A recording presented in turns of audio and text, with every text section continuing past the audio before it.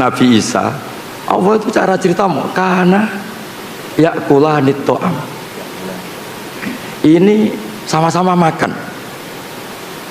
Karena berkahnya makan tuh orang tahu. Rektor nggak makan itu nggak hidup. Presiden Amerika nggak makan nggak hidup. Semua orang top di dunia kalau nggak makan tuh nggak hidup. Ternyata manusia tuh selemah itu. Kita yang katanya profesor, kita yang katanya kiai besar, ternyata untuk kita hidup hanya butuh kangkung, mungkin butuh jadah, butuh gudeg. Terus kerennya di mana? Orang yang hidupnya ta'aluk sama benda-benda yang mati. Nah dengan seperti itu Quran sukses memaklumatkan wa khuliqal insanu dhaifa. Manusia itu lemah sekali. Saking lemahnya itu butuh sesuatu yang benda mati. Sebab itu Quran biasa ngendikan untuk nabinya, afa imma ta'u kutilang kolabtu Muhammad, apapun hebat anda mati. Bahkan ada kemungkinan mati anda ini terbunuh. Terbunuh itu kan kesannya nggak keren, nggak jaduk, nggak sakti. Tapi itu diperlihatkan Allah supaya jelas dimerkasi Allah yang baki, yang abadi. Manusia apapun hebatnya itu dhaif, rentan. Makanya kelirunya kita kadang-kadang ngomong ini orang terhebat di dunia, ini orang nomor satu di Indonesia, orang terkuat di dunia. Sebetulnya kata Imam Syafi'i ketika menafsirkan ayat wa tawakkal 'alal hayyil ladzi la yamut, kamu itu harus tawakal sama zat yang enggak pernah mati, enggak bisa mati. Kata beliau, faman tawakkala 'ala sultanin aw amirin aw kadza wa kadza fa inna ma tawakkala 'ala sultanin yamut. Kalau Anda menggantungkan hidup pada raja, presiden, rektor, sama kiai besar, sama siapapun, sebetulnya Anda menggantungkan hidup sama orang sing yamut, yang akan mati. Nah, di sini pentingnya peneliti tafsir, ini mungkin untuk anak-anak di PPAI, itu harus tahu, sehingga nanti kalau ada sifat para nabi yang sederhana, itu hakikatnya luar biasa. Coba kalau Nabi Muhammad, Nabi Isa sering munajat di kamar, nggak kelihatan orang, mungkin orang malah ngayalnya, wah mungkin sedang ke Mekah terbang. Kalau Pak Fathul Wahid itikaf di rumah, oh kelihatannya di rumah tapi rohnya di Mekah gitu. Kalau istrinya sedang curiga, kelihatan itikaf, pikirannya di jadah itu gitu. Ya terserah sedang baik apa enggak. Apapun itu ibadah itu punya sisi melahirkan banyak mitos. Sehingga kata ulama-ulama, ibadah itu ada mahdoh kayak sholat. Kenapa sholat itu disunatkan jamaah? Ada yang bilang fardu. Karena biar konstitusi sholat ini tetap terbaca sebagai ibadah. Tapi kalau sholat itu sering tidak kelihatan, itu bahaya karena nanti melahirkan banyak mitos. Sehingga seorang nabi itu harus selalu menunjukkan al-a'rad al-basyariyah, sisi manusia. Karena dengan cara itu Nabi tidak dipertuhankan. Nah, itu sirinya, rahasianya kenapa Allah mensifati Nabi wa ma arsalna qablaka minal mursalin illa innahum la yaquluna ta'ama wa yamshuna fil aswaq. Ketika mensifati Isa dan Maryam, Allah ngendikan kana yaqulanit ta'am. Jadi mohon Bu Rektor ini nanti kalau di rumah jangan bilang Bapak ini Rektor UI, Bapak tukang makan. Bapak tukang apa? Makan, jalan-jalan di pasar. Jadi saya mohon ini sebagai bentuk apresiasi saya karena dulu ketika Prof Zaini itu menerjemah, ya beliau dulu itu seniornya Pak Kures di Al Azhar. Terus ketemu saya bilang, saya ini mulai kecil nekuni fikih, ngaji sama Mbah Maimun sama bapak saya, sehingga saya lebih ke konstitusi fikih. Saya ulang lagi ya. Jadi kesalehan yang dibawa orang-orang toriko atau orang tasawuf itu baik, tapi ini nggak bisa jadi konstitusi, karena kalau jadi konstitusi nanti terjadi ijabu malam yajib, mewajibkan sesuatu yang tidak wajib. Jadi memang menganalisis Quran itu harus orang fikih, karena kalau udah orang fikih itu dengan tanda kutip kurang-kurang gimana, jangan bahasakan kurang liar ya, kurang-kurang gimana. Orang fikih itu lebih realistis, fikih yang betulan alim loh ya, jangan yang kaleng-kaleng ya, yang memang bener-bener alim.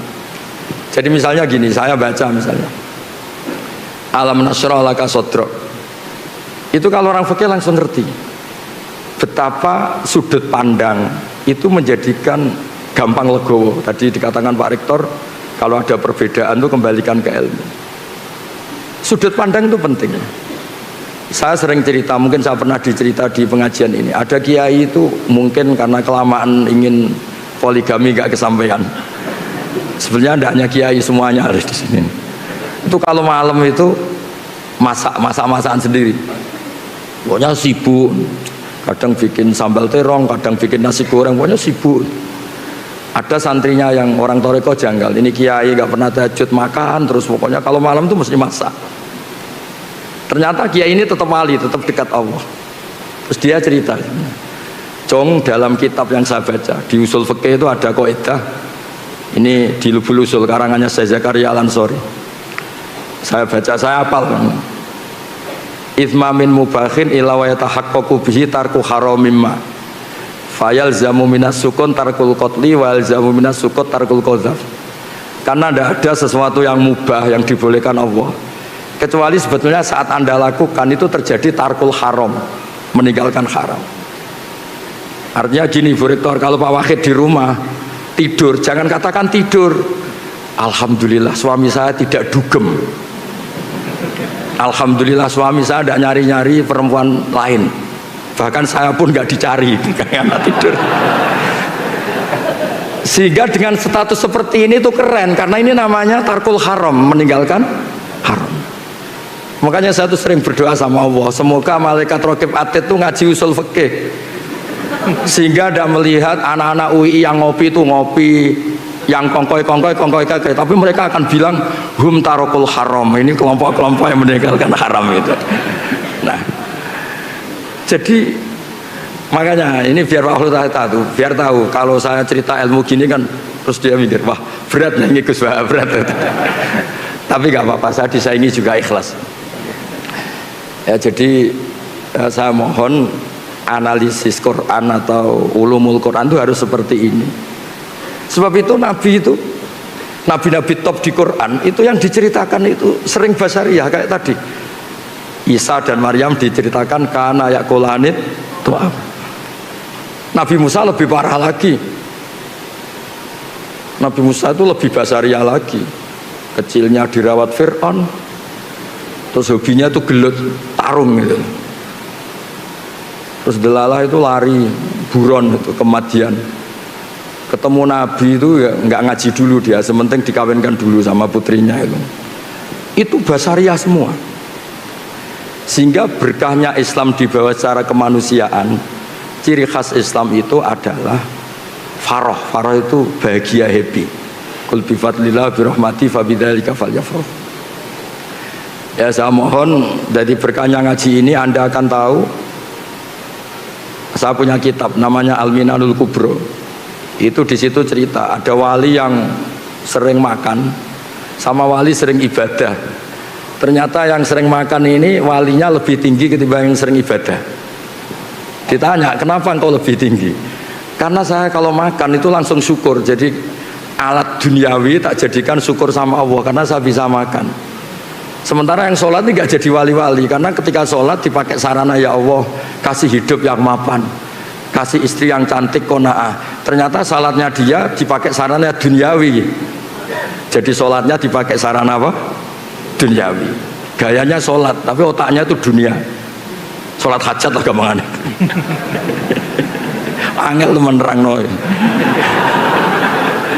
Lah yang ini tuh Islami. Karena setiap makan tuh dia nangis, ya Allah saya ini yang kiai besar selemah ini, katanya saya orang hebat, saya presiden, saya kiai besar, saya rektor, kalau nggak makan jadah ya kok lemes. Jadi itu unik karena itu dimaklumatkan wa khuliqal insanu dhaifa. Sehingga seorang nabi yang kekasihnya dibahasakan Allah afa immata au qutila, afa immata au qutila. Muhammad itu mati atau terbunuh. Nah, ini yang terakhir sebelum diskusi. Quran juga cerita jejak sejarah. Ini urusan makan lagi. Syarat jadi nabi diantaranya itu selain soleh, selain baik ini nabi loh, ada kiai nabi. Syaratnya turunannya nabi. Kalau kiai kan alhamdulillah ada gus asli, gus naturalisasi, masih bisa dinego. Tapi kalau nabi itu memang harus turunan nabi, bapaknya harus ada yang nabi. orang Yahudi itu Yahuda bin Yakub bin Ishak bin Ibrahim. Ini ngaji paling keren karena saya sudah agak batuk, jadi sudah kayak kiai sepuh, itu sudah keren. Yang nggak keren tuh yang ngundang, kiainya sakit kok diundang itu. Itu tanggal 10 kemarin ini Pak Harsoyo, Pak Widodo, Pak Rektor itu main ke rumah saya, tak pikir ikhlas. Nah, ternyata enggak ini. Ya semoga diampuni Allah Subhanahu wa taala.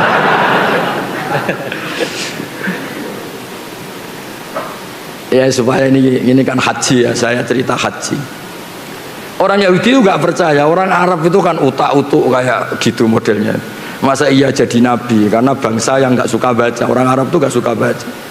Kok tahu ada nabi itu dari mana asal-usulnya? Itu Allah kalau cerita itu unik. Dan ini semuanya basariah. Nabi hebat sehebat itu ternyata dari cerita basariah. Nabi Ibrahim itu suami yang takut istri. Ketika dia menikahi Hajar itu diusir sama Sarah. Sarah ini istri pertama yang cantik. Hajar diusir. Di mana-mana kalau diusir ya lari. Singkat cerita karena beliau Nabi sama Allah itu dilarikan ke Mekah. Bukan dari Jepara ke Jogja, bukan, ke Mekah. Kalau Jepara sama Jogja sama-sama nggak kota suci. Diusir ke Mekah. Setelah di Mekah namanya Hajar itu kan istri-istri yang baik. Tidak usah ditiru karena bahaya kalau niru ini nggak kuat. Para ibu-ibu nggak kuat, nggak usah niru. Terus setelah di Ka'bah, dekat Ka'bah ditinggal. Hanya dikasih satu ketel air sama beberapa makanan yang paling 2 hari pasti habis. Sudah punya anak Ismail masih kecil. Ketika Ibrahim pulang itu ditanya, maksud kamu gimana ninggal anak dan istri di bumi yang tidak ada makanan? Yang ditanya ya makanan, bukan nggak ada sajadah, bukan nggak ada makanan. Tapi setelah ini yang religius tetap religius, ini makomnya ahli fikih, yang tetap khusyuk nggak apa-apa, cuma khusyuk yang berfikih, khusyuk yang apa berfikih. Kalau saya ini berfikih yang nggak perlu khusyuk karena konstitusinya memang nggak boleh khusyuk saya. Setelah itu nggak jawab, itu khasnya lelaki, kalau nggak bisa memenuhi hajat istrinya itu nggak bisa jawab. Lama-lama sampai ketiga terus, apa Allah yang menyuruh ini? Ibrahim hanya ngangguk, mantuk. Kata Sayyidah Hajar, idzan la yudiuni, kalau gitu saya tidak akan disia-siakan. Singkat cerita terus dia kesana kemari menjadi sofa marwah, lama-lama dapat zam-zam. Terus lama-lama Ibrahim ke sana. Dijak bangun Ka'bah. Ka'bah sudah ada dulu tapi belum terbangun sebagai bangunan. Itu pertama Nabi Ibrahim berdoa, ini ya juga urusan rizki. Ya Allah, Mekah itu negeri yang tandus. Tapi saya mohon semua orang tertarik sama Mekah supaya menghasilkan banyak rizki. Ya jangan biasakan banyak cuan, banyak rizki. Nanti terlalu gaul. Masa iya Nabi Ibrahim bilang apa? Cuan. Nanti dikira Nabi Ibrahim ikut Gen Z kan repot nanti. Tapi yang didiskusikan pertama dengan Allah itu ya rizki. Singkat cerita terus Ibrahim dan Ismail bangun Ka'bah. Kemudian karena Nabi Ibrahim itu keramat, kaki yang dipakai nginjek batu itu membekas. Dan itu yang dipakai dalil Allah berargumentasi ketika orang Yahudi ragu, masa iya orang Arab itu ada yang turunan Ibrahim. Terus Allah bilang fi ayatum bayyinatum maqamu Ibrahim. Bukti kalau Ibrahim pernah hidup di Mekah itu ada jejak kakinya. Dan bukti kalau Ismail tinggal di Mekah itu ada prasastinya, Robbana inni askantu min dzurriyyati biwadin ghairi zar'in. Saya pastikan Ismail ini supaya diam di Mekah. Nah ayat seperti itu kalau Anda tidak baca tarikh itu nggak ngerti. Ayat-ayat itu adalah Allah sedang cerita bahwa Muhammad itu benar-benar turunan Nabi karena di Mekah pernah dihuni Ibrahim yang punya Ismail, dan jejak artefaknya, jejak fisiknya ada di Mekah. Fi ayatum bayyinatum maqamu Ibrahim. Jadi makom Ibrahim itu bukan makom bahasa Indonesia artinya kuburan, itu bukan, tempat berdiri. Nah, konstruksi itu seorang mufassir harus utuh sehingga ngerti. Oh, ini begini, ini begini, ini begini. Ya kembali lagi nanti kalau nggak jadi rektor, kalau ingin jadi kiai, kiai yang pertama tadi pokoknya orang ngaji saya masuk surga, orang ngasih uang saya 50.000 masuk surga, dan seterusnya dan seterusnya. Jadi saya mohon peneliti tafsir atau peneliti Quran itu konstruksinya harus utuh sehingga ayat yang kelihatan biasa menjadi luar biasa, karena manusia itu pasti mendiskusikan ekonomi. Rabbana liyuqimus shalah faj'al afidatan minan nas tahwi ilaihim warzuqhum minats thamarat. Jadi mesti diskusinya itu rezeki. Sehingga mendiskusikan rezeki itu tidak mengurangi kesakralan nubuwah. Ya, saya kira demikian. Assalamualaikum warahmatullahi wabarakatuh. Waalaikumsalam warahmatullahi wabarakatuh. Baik, terima kasih Gus Bah. Selamat datang Ibu Profesor Ning Ova Amelia, Ibu Rektor Universitas. Kenapa dipanggil Ning? Ya, kita panggil Profesor Ning Ova, Bu, karena anak kiai. Terima kasih Prof. Ova sudah berkenan hadir. Dan ini juga hadir juga ada Bapak Rektor terpilih, Bu Bapak, yang insya Allah akan menggantikan saya mulai 1 Juni, Profesor Hari Purnama. Monggo Prof berdiri biar para hadirin tahu. Ya, insya Allah beliau nanti akan melanjutkan ngaji dengan Gus Bah terus. Ya, ya. Ibu Bapak, kita masih punya waktu. Kita buka ruang diskusi sesi pertama. Mungkin 3 orang. Ada yang dari kelompok putra dan kelompok putri. Yang putra Ustadz Hashim satu, yang satu yang belakang pakai peci semua ternyata. Ya, ya, yang pakai peci ada putihnya. Nah, nomor 2, Anda ya, ya, itu ya. Kemudian yang putri satu, yang sini dulu Bu ya. Sini satu sama sana satu, oke, berdua. Panitia bisa sudah 4 dulu, 2 putra, 2 putri. Panitia mau dibantu mikrofonnya? Ustadz Hashim dulu. Terima kasih Pak Rektor. Assalamualaikum warahmatullahi wabarakatuh. Waalaikumsalam warahmatullahi wabarakatuh. Teman-teman apresiasi kepada Gus Bah yang masih kerso rawuh meskipun gerah, semoga segera sehat kembali. Juga pada Prof Fathul, Pak Rektor yang akan tinggal menghitung hari mau selesai, juga Pak Rektor terpilih. Semuanya jazakumullah kalau jazak dunyan wa ukhron. Amin, amin. Saya mohon penjelasan dari Gus Bah kaitannya dengan tema hari ini, peluncuran ulang Al-Quran, terjemahan artinya dari UII, yang apakah kemudian ada hal baru Gus dibandingkan dengan yang sebelumnya. Sekaligus saya mohon penjelasan beberapa hal terkait dengan kebahasaan, baik bahasa Arab maupun bahasa Indonesia. Satu, isim dhamir nahnu itu kan bisa 3 fungsi ya. Satu, lil mutakallim ma'al ghair wa huwa mukhatab, atau kita gitu ya. Yang kedua, lil mutakallim ma'al ghair wa huwa mutakallim aidon, atau orang pertama jamak, kami gitu ya. Yang ketiga bisa juga lil mutakallim wahdah al-azim nafsah, bermakna orang pertama tunggal dan itu untuk penghalusan saya gitu ya. Tetapi sepanjang saya membaca Quran terjemahan, apakah itu Nusa Depak atau Kemenak sekarang atau UII, sepertinya tidak pernah ada yang menerjemahkan nahnu itu dengan saya. Meskipun dalam bahasa Indonesia boleh juga kami itu berarti orang pertama tunggal untuk orang besar, untuk raja. Tapi maksud saya kalau orang baca nggak paham, dia mengira kalau kami itu pasti jamak, itu tidak tunggal. Tadi juga dibaca ayat inna nahnu nazzalna dzikra wa inna lahu lahafidun, juga kami gitu. Meskipun lalu muncul tafsir, oh ya kami itu Allah kemudian menugaskan malaikat yang menurunkan, tapi kan tetap beda, otoritas absolut tunggal tetap pada Allah.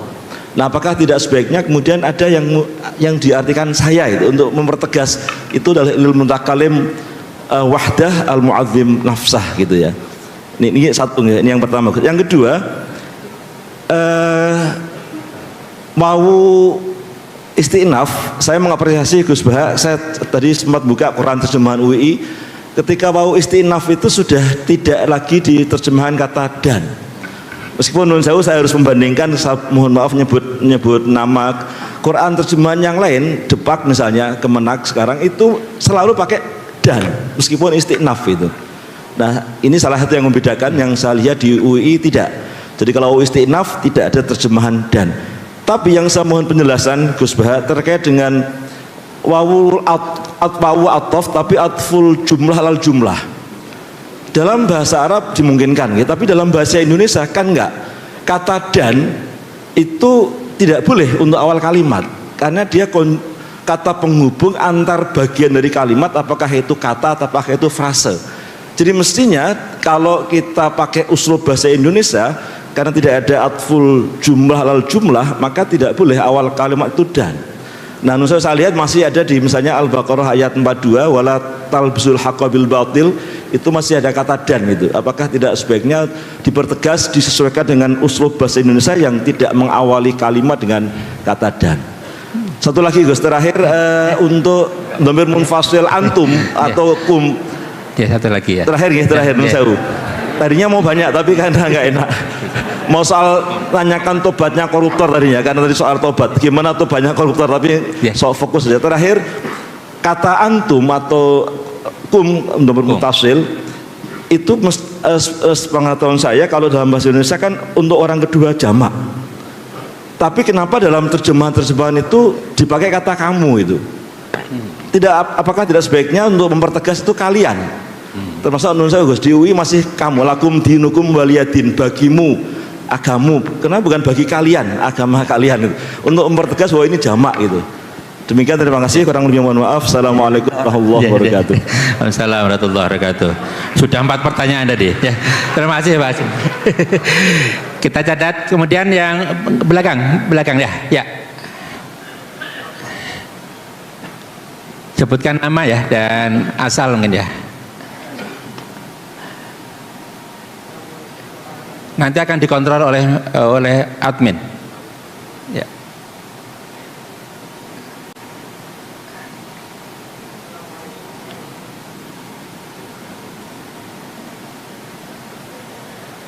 Mohon dibantu panitia. Ya.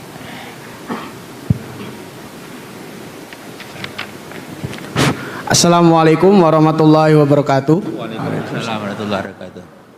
Perkenalkan, nama saya Sidik, saya dari UIN, UIN Senan. Namanya siapa tadi? Sidik. Oh, Pak Sidik. Permisi Gus Ba, saya mau bertanya. Jadi tadi malam di beranda HP saya itu lewat berisi kalam hikmah, yaitu tulisannya itu Gus. Ilmu tidak akan Allah berikan kecuali orang yang dicintai oleh Allah Subhanahu wa taala. Ilmu tidak diberikan kecuali. Pertanyaan saya Gus Ba, ngapunten. Kenapa ada orang yang hafal Quran tapi masih bermaksiat? Oh iya. Karena kan kalau berdasarkan kalam hikmah jenengan, berarti kan Allah ridho sama hal tersebut ya kan? Allah cinta. Jadi dia sampai hafal Quran. Dia bukan Sudah itu pertanyaannya. Nggih, ngapunten untuk saya titip pesan Pak Gus Baha, saya mewakili umat, semoga jenengan jaga kesehatan nggih. Amin. Nanti semoga jenengan hidupnya berkah dan panjang umur sampai 90 tahun seperti Mbah Maimun. Amin. Harapan saya. Assalamualaikum warahmatullahi wabarakatuh. Waalaikumsalam warahmatullahi wabarakatuh. Terima kasih Mas Sidik. Selanjutnya dari Ibu sana, dibantu panitia. Ya, yang sisi selatan tadi sudah.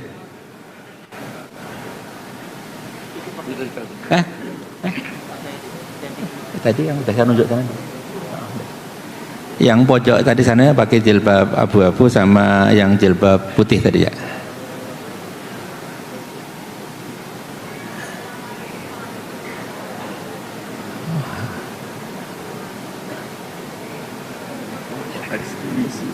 Assalamualaikum warahmatullahi wabarakatuh. Pada Gus Baha yang saya hormati, tadi Gus Baha mengatakan orang baik itu belum tentu orang yang belum pernah melakukan kesalahan. Yang pertama itu mohon penjelasannya. Dan yang kedua tadi Gus Baha juga mengatakan sesuatu yang tidak wajib jangan diwajibkan.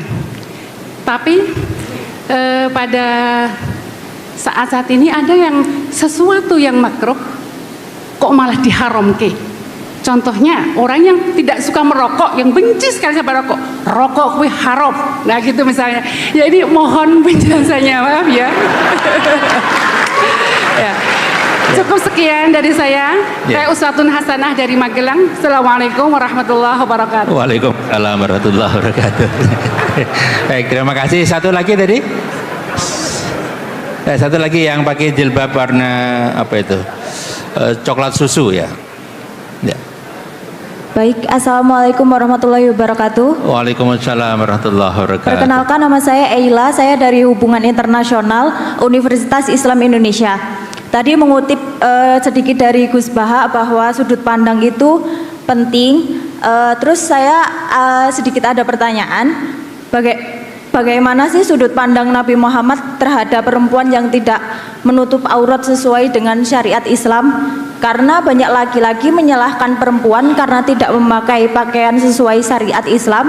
Ketika melihat itu, mereka timbul syahwat. Kenapa tidak dibalik saja? Kenapa tidak mereka yang menjaga pandangan ketika ada perempuan yang tidak memakai pakaian sesuai syariat Islam?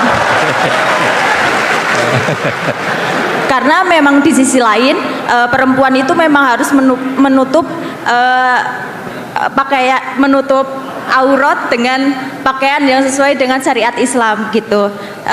Bagaimana juga syariat dari Al-Quran tentang pakaian ini?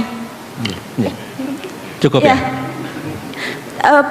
Bagaimana pandangan Nabi Muhammad terkait dua pandangan yang bertolak belakang ini? Baik, terima kasih. Terima kasih. Baik, terima kasih Bapak. Ada 4 pertanyaan, saya singkat Gus.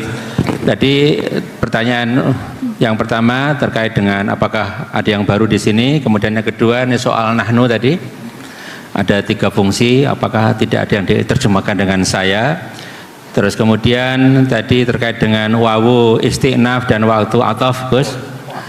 Terus yang kedua yang ketiga terkait dengan antum dan kum. Ya. Kemudian yang kedua dari Mas Sidik tadi, kenapa hafal Quran kok masih bermaksiat Gus? Itu pertanyaan dari Mas Sidik. Kemudian dari Ibu tadi ada, satu-satunya ya, yang laki dulu ya. Pak Sim dulu ya. Bismillahirrahmanirrahim. Ya ini mungkin Pak Sim itu diskusinya sama saya tok. Ini banyak yang bingung kayaknya. Bikin bingung orang itu termasuk dosa. Jadi ya saya ini kan kenal sama keluarga Pak Hasyim dari Guyangan ya, dari Padi. Yang bapaknya kiai itu. Mungkin beliau frustasi terus di Jogja itu.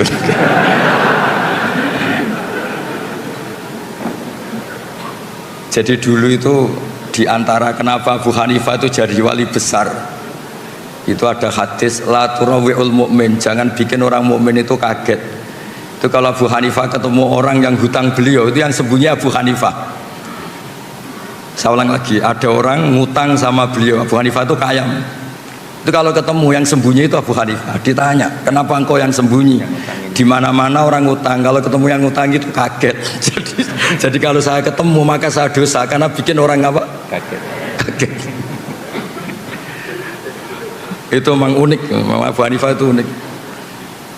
Jadi harusnya rektor atau dekan atau siapapun yang jadi pembina, kalau ketemu mahasiswa salah, itu yang sembunyi dosennya.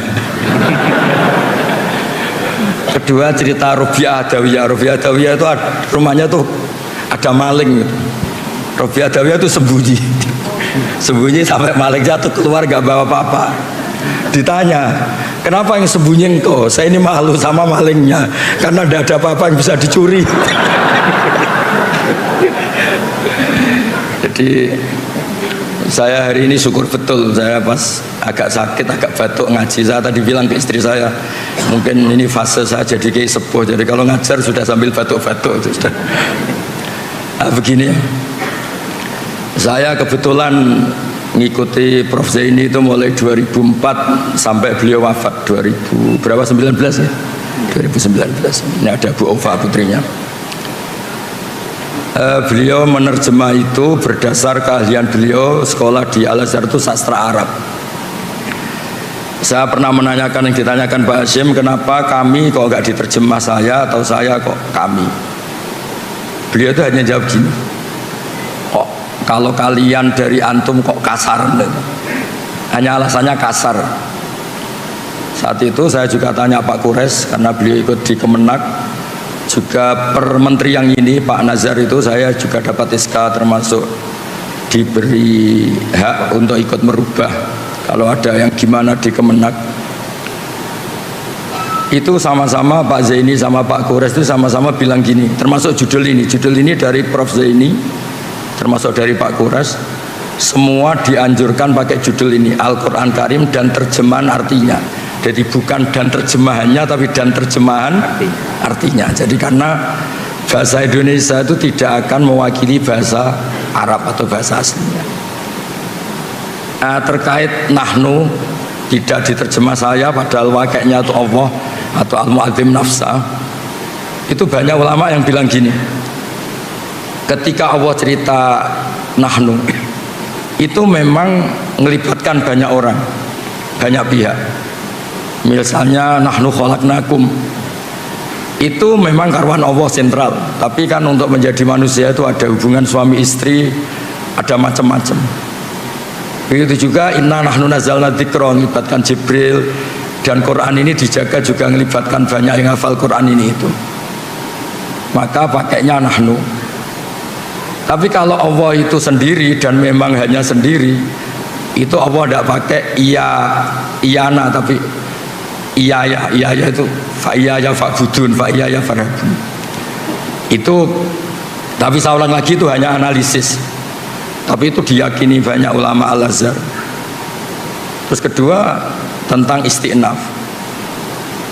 Memulai kata itu ada dua, ada yang memang benar-benar permulaan, ada yang hakikatnya itu tidak permulaan. Itu yang menjadikan Pak Zaini atau Pak Kures atau Kemenak sekarang itu ya kadang-kadang beda, tapi tetap ada kata dan.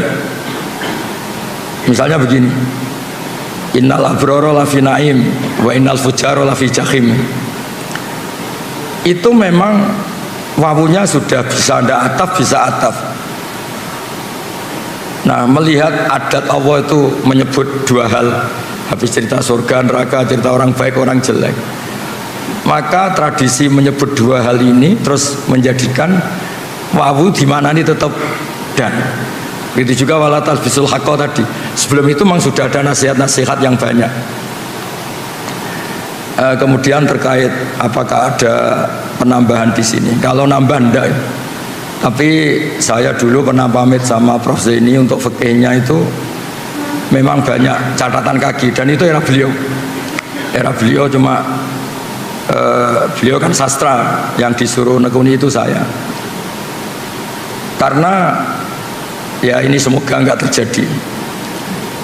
Problem kitab suci itu kan mujmal itu global, sehingga kalau diterjemah pakai harfiah itu memang resikonya tinggi. Misalnya gini, Nabi Lot tuh kecewa betul sama kaumnya yang homoseks, tapi ketika kecewa malah dengan tanda kutip bikin kata-kata yang riskan, yaitu beliau ngendikan haula ibanati hunat harulakum, kamu jangan mendatangkan kepuasan Anda lewat lelaki. Saya ini punya putri banyak yang lebih suci bagi kamu. Tentu menjadi halal itu nunggu dinikah, tapi beliau hanya ngendikan hunna adharulakum. Begitu juga tentang nikah, nanti bisa dicek di awal juz 5. Ada ayat yang bunyinya hanya gini, famastamta'tum bihi minhunna fa'atuhunna ujurahun. Perempuan itu setelah kamu nikmati, maka yang penting itu kamu kasih ujurohunna. Ujur itu jamannya ujroh. Nanti kan kayak transaksi orang nakal yang sudah dipakai itu bayar. Nah, makanya tadi promosi saya pertama saya bilang mufassir itu latar belakangnya harus ahli fikih supaya tahu Kalau ujur di situ artinya mahar. Jadi terjemahnya adalah perempuan yang sudah Anda nikahi. Saya ulang lagi, perempuan yang sudah Anda nikahi dan sudah Anda nikmati, yaitu sudah hubungan suami istri, maka mahar itu baru menjadi wajib. Karena mahar itu wajib itu dua. Satu wajib binafsil akdi, itu nisul mahri. Dua wajib karena jima, karena hubungan suami istri. Jadi mahar menjadi wajib 100% itu nunggu famastam taktum bihi, sudah dinikmati. Nah, hal seperti ini kalau diterjemah letterlek itu bisa kayak nyuwun sewu nikah mut'ah, nikah yang pakai waktu, yang hanya nikmati terus bayar. Nah, di sini dibutuhkan kepedulian para pakar tafsir, terutama yang nulis. Untuk ini jelas di sini tak ditulis oleh Pak Zaini, saat itu saya juga usul. Istri-istri Anda yang sudah Anda gauli, maka kasihkan maharnya, bukan ujur. Gimana apa? Ujrah. Jadi makanya kan disepakati ulama kalau mengkaji Quran itu hadisnya harus bagus, fikihnya harus bagus, karena konstruksinya tadi. Contoh terakhir, fa'inama tuwallu fathamma wajhuh, kamu menghadap kemana saja itu di sana ada ridho Allah. Itu kan kesannya kayak ada harus madhep kiblat, madhep Ka'bah. Padahal itu enggak, itu bahasa emosi, bahasa emosi. Allah itu tersinggung ketika orang Yahudi itu ngatur-ngatur agama. Maunya apa sih? Muhammad itu kemarin sudah baik-baik madhep Baitul Maqdis, kenapa sekarang dipindah ke Ka'bah? Terus Allah marah, bilang arah itu milik saya, terserah saya mau ke timur, ke barat, terserah saya. Jadi terserah saya itu dalam konteks saya ini punya otoritas penuh untuk menentukan kiblat. Bukan berarti Allah membolehkan kita sholat semaunya. Itu kan ibarat ada orang nyalahkan saya misalnya, Gus, anak Anda kok kamu kasih uang 1 juta, 2 juta, bukankah ini uang boros? Terus saya bilang ini uang saya, terserah mau dipakai apa mau dibakar apa mau diapain, tidak apa-apa, itu uang saya. Kata dibakar itu mau mengungkapkan kemarahan, tapi bukan berarti bakar uang itu halal. Sama fa'inama tuwallu fathamma wajhuh, itu Allah sedang marah terhadap gugatannya orang Yahudi. Nah, bukti kalau Allah marah, mereka diredaksikan saya kulus sufaha, apa? Saya kulus sufaha. Nah, ya kira-kira gitu dan seterusnya, Pak Syekh. Jadi kok hafal Al-Quran masih bermaksiat? Ini sidik, ini kriminal itu tanyanya.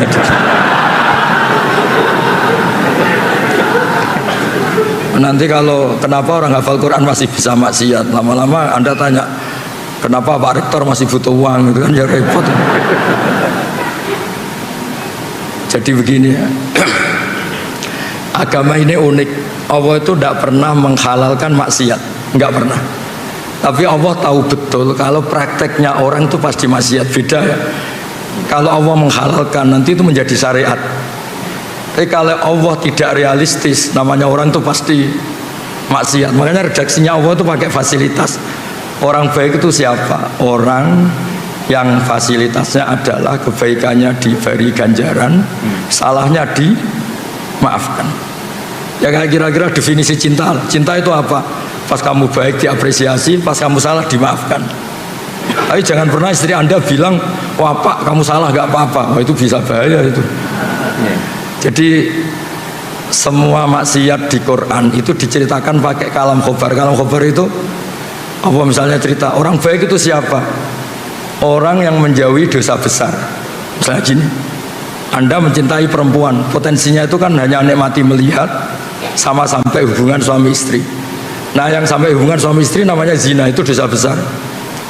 Tapi kalau Anda tidak bisa tidur ingat terus, itu namanya pengangguran. Nah, Allah itu bilang alladzina stanifuna kabairal itsmi wal fawahisha illa lamam. Ya gak apa-apa lah, ingat-ingat sedikit, sementing gak sampai zina. Anda benci orang itu kan kelasnya bisa ngata-ngatain, ngerasani, menghujat, membunuh. Lah Allah itu kadang-kadang maklumi, wong jenenge lagi gedeng, namanya baru benci ya gak apa-apa lah ngerasani, sementing jangan bunuh.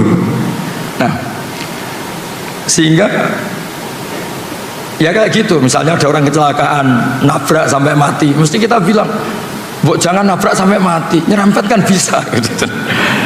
Tapi bukan berarti nyerempet itu dihalalkan, bukan. Tapi kalau bandingannya nabrak mati itu, "Bu, nyerempet tok wae lah ben ra mati gitu. Ben gak mati sakit gitu. Jadi agama ini dari awal memang tadi saya bilang, ini agamanya manusia. Makanya ketika Allah cerita orang baik itu apa? Alladzina yastanibuna kabairul itsmi wal fawahish illa lamam. Orang yang menjauhi dosa besar tapi prakteknya tetap melakukan kesalahan-kesalahan apa? Kecil. Dan itu nggak bisa dihindari. Tapi saya ulang lagi, agama nggak boleh bilang kalau itu halal, karena nanti bahaya menghalalkan yang haram. Tapi jangan dinafikan, karena kalau dinafikan itu menjadi tidak realistis. Sama lagi, kalau dinafikan itu menjadi enggak. Makanya tadi Mas Siddiq itu kriminal betul itu tanyanya itu. Lama-lama tanya, kenapa banyak kiai yang masih dosa, kenapa banyak hafid yang wayang. Ya repot kalau gitu. Dosa itu bisa dimulai dari tidak maksiat. Dosa itu ada yang tarkul wajib. Jadi anda di masjid iktikaf, saat itu istri anda melahirkan, butuh pertolongan anda, dan anda ada di sisinya hanya karena iktikaf, itu agama bilang itu haram, karena meninggalkan wajib, yaitu ngerawat apa? Istri demi iktikaf yang apa? Sunnah. Jadi bisa saja yang di sini itu sekarang haram, ya bisa saja. Ternyata di sana banyak kewajiban, ditinggal apa? Di sini. Tapi bisa saja taat, karena pas di sini berarti tidak masih. Nah, saya kira demikian. Ini yang dari ibu-ibu, yang pertama ini Gus, komentar lagi, terhadap sesuatu yang tidak wajib jangan diwajibkan, termasuk tadi jangan mengharamkan yang rokok contohnya tuh. Kemudian terakhir ini sudut pandang Rasulullah terhadap yang tidak menutup aurat. Enggak gitu Kenapa nyalain perempuan? Jadi dua perspektif tadi Gus, dua sudut pandang. Ke Rasulullah kira-kira yang mana Gus kira-kira? Begini ya. Jadi saya pernah cerita, mungkin di sini mungkin pernah cerita. Saya itu punya tamu, kebetulan teman-temannya bapak, dua orang sudah sepuh.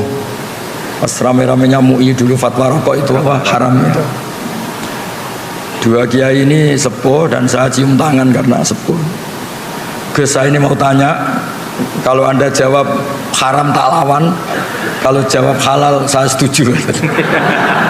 Karena temannya bapak ini, dia cerita, saya ini kiai kampung Gus, hiburan saya itu kalau habis isya agak pulang, rokok-rokokan di masjid sama kelompok kiai-kiai yang nganggur itu, ya sambil rokokan. Karena kalau pulangnya terlalu awal tuh ngadepi istri yang belum jinak katanya, karena kalau sudah jam 11, 12 kan sudah islami katanya. Ini kisah nyata ini. Terus kenapa jenengan ingin rokok itu halal? Itu yang saya kaget tuh jawaban ini. Loh, saya ini kan kiai Gus, hiburan saya kan nggak mungkin seperti anak-anak lihat dangdutan, saweran. Saya ini kan kiai, kan nggak pantas. Hiburannya saya hanya rokokan, kok masih diharamkan MUI, maunya apa? Jadi dia itu, saya ini kiai, kalau nggak kiai kan enak, bisa lihat dangdutan, saweran, lihat biskop. Saya ini kan kiai, kan nggak pantas. Jadi hiburan saya hanya rokokan sambil nyesalin nasib, masa iya haram gitu? Gempon bah, untuk jenengan halal, woyo.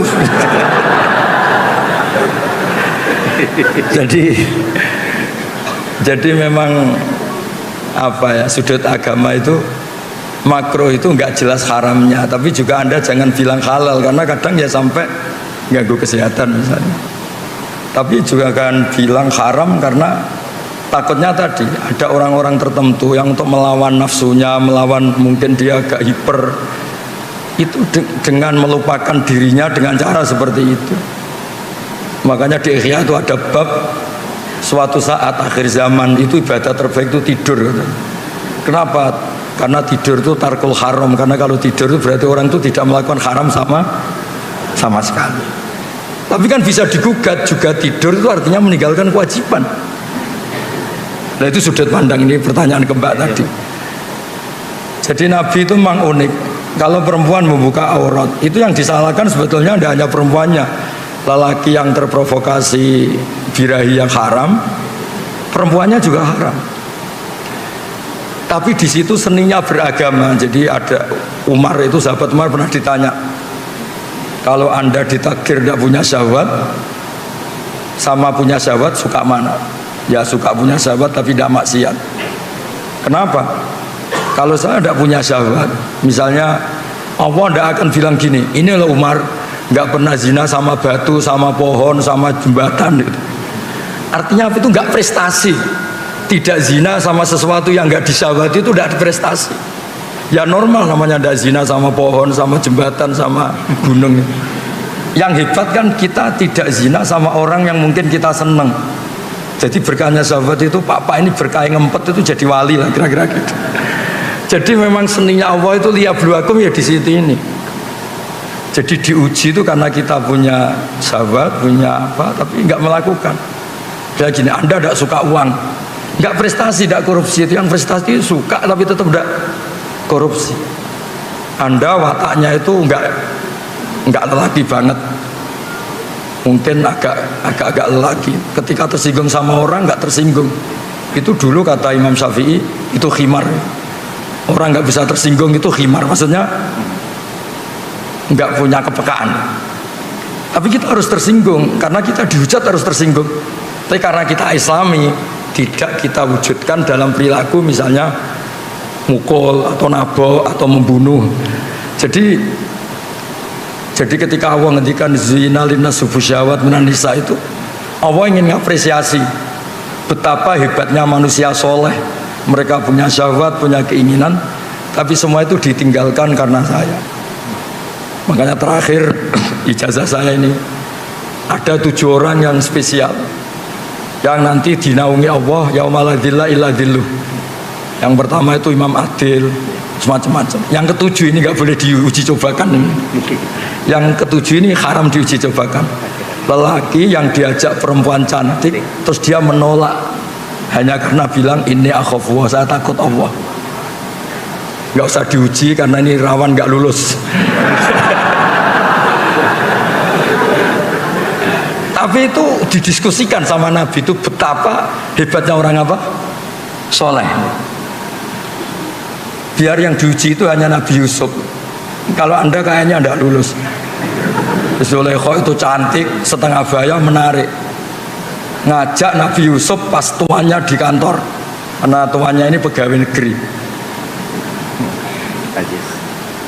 Nah, tapi yang diajak itu Zulaikha, bukan dosen UI.